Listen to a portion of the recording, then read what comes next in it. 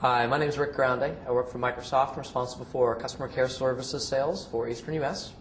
We came to Frost & Sullivan event expecting really quite a lot. We traditionally don't get the results from standard conference where there's 1,000 people, everyone wants to come by and check out the booth, figure out whatever free prize we're giving by.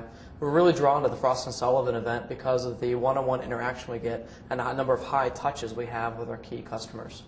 As being responsible for customer care sales, I'm working with large call centers throughout the U.S. day in and day out. This really gives me access to some of the people I'm working with already, as well as, more importantly, access to those people that I'm not interfacing with on a day in and day out basis. And it's really about the relationships. It gives me a whole new perspective of their environment, their organization, some of the things in their personal challenges, where they might not be a part of our meetings that we're having with that organization. I really appreciate the fact that we're sequestered for 3 days. It gives us a chance to develop a real relationship. We aren't really forced into the classic conference 30 seconds of fame type of scenario. That allows us to really take our time, really avoids the high pressure sale.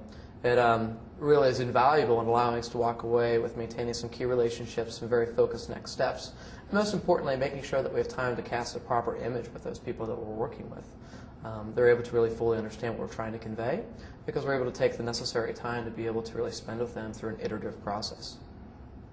One of the interesting things that we find about the Frost & Sullivan event is that, again, it allows us to build very complex relationships with some of the key people that we're working with already, and at least build new relationships with some people in that organization as well. As Microsoft, we have relationships with just about every company that would ever set foot into one of these events. So the classic problem that we have is different from many of the other participants because we already have relationships in those accounts. We already have that door open to us. Where we struggle is oftentimes in realizing the value of events like this.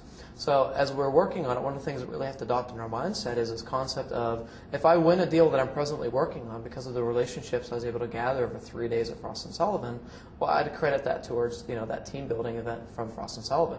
Because it's different than a classic boardroom setting that we have all too often, or having architects on site, etc.